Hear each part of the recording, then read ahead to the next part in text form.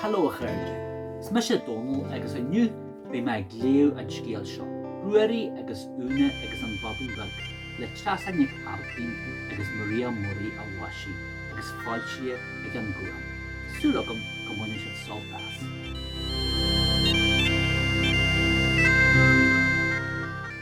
Ruairí agus úna agus an Baibín Beag.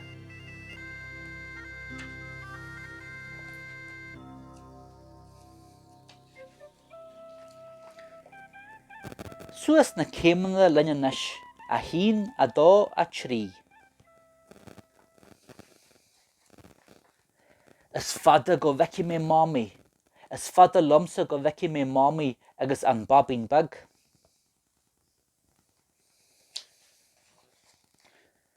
A úna, a Ruairí, fannig í lom, níl cad a bheith grís an ospidal. Cáhfuil mámi, ní eicim í.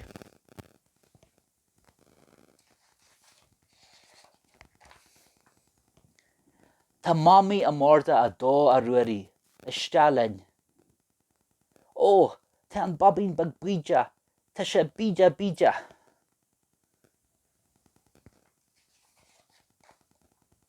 Awami, tá rud éigeid agam héin agus ag úna deid. Ná bhfuil sé go héalainn awami, chuir mé na spotí peinte sin le mo bhéir.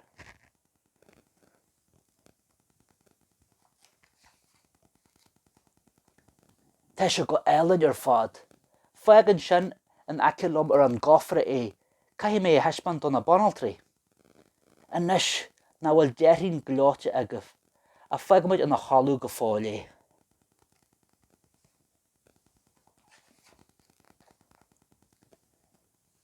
Cén fé a bhfuil leabhainn in na bhéal ige? Beidir go bhfuil achras an nuaisiimiid a bhám.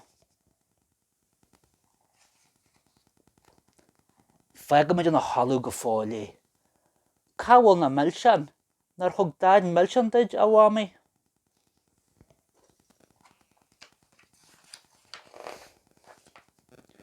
Thug go deimhin, cheannaí mission na seachladí sin do bhámi. A rinne mámi linne iad. Na rinne a bhámi? Rinne mé leh cinnte iad, a síginn seo an acilom, tá leor jazz agam díobh. Ihe bhaid a bheirinn, tá an leor sin na gréine san níonra.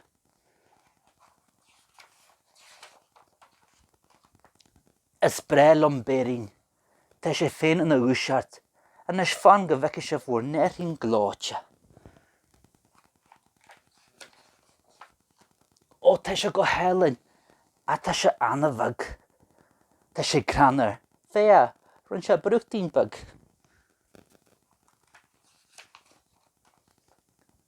Ó, chuir sé níos bagan ín báine. Tá céirsan seo sa bhacht sa iad, tá mé capú go gaithí sé cleutín gláin a chuir ar freisin. An bhfuil cad ómsa dul isteach sa leaba leatsa a bhámi, lig domsa dul isteach freisin a bhámi. Sht, íri asan is a rógara, íri asan glíne hain. Beidir goil achar nó beidir gur bheirdom an cleutín a éithú ar dús. Bigí breanú armanis, tóga mé pactar eilean do bhámi agus do Ruairí agus do úna agus do Baibí glóte. Sinna go bhéh, Ruairí agus úna agus an Baibín Beag.